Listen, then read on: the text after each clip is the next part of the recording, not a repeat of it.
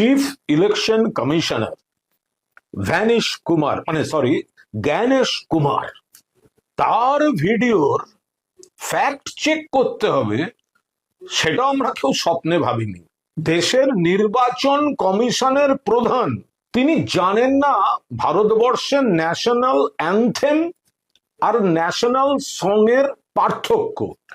গম্ভীরভাবে বলে দিলেন ন্যাশনাল সং জনগণ মন, সেটাও একটু বিকৃত উচ্চারণে।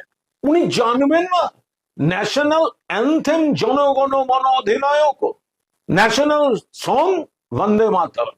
এর তফাৎ কে জানেন না? যিনি নাকি আজকে ভারতবর্ষের নির্বাচন করার দায়িত্বে, এত বড় সাংবিধানিক দায়িত্ব, সাংবিধানিক পোস্ট,